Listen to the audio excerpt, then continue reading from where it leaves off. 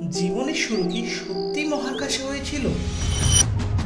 শুনতে অদ্ভুত লাগলেও আজ আমাদের হাতে এমন প্রমাণ আছে যা দেখায় জীবনের বিল্ডিং ব্লকগুলো মহাকাশেই উপস্থিত। 1930 সালে স্পেকট্রোস্কোপির সাহায্যে বিজ্ঞানীরা আমাদের গ্যালাক্সির গ্যাস ও ধূলিকণার মেঘ বিশ্লেষণ করে আবিষ্কার করেন কমপ্লেক্সন ও সায়ানাইডের মতো সরল অণু।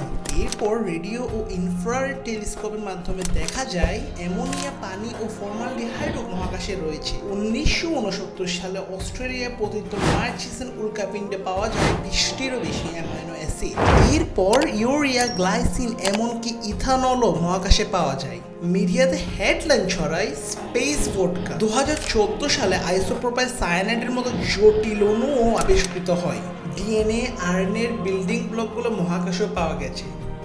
এই 20টি অ্যামাইনো অ্যাসিড পৃথিবীর প্রত্যেকটি জীবের শরীরে পাওয়া যায় জীবের মূল বিল্ডিং ব্লক হিসেবে। 25,000 আলোকবর্ষ দূরে স্যাজিটেরিয়াস B2 গ্যাস ক্লাউডে পাওয়া গেছে গ্লাইকল অ্যালডিহাইড, যা রাইবোজ তৈরির মূল উপাদান। এই কারণেই বিজ্ঞানী জেমস লাভলক বলেছিলেন এই ইউনিভার্স যেন এক বিশাল ওয়্যারহাউস, যেখানে জীবনের জন্য প্রত্যেকটি স্পেয়ার পার্টস আগে থেকেই মজুদ রয়েছে। Make sure to like and subscribe.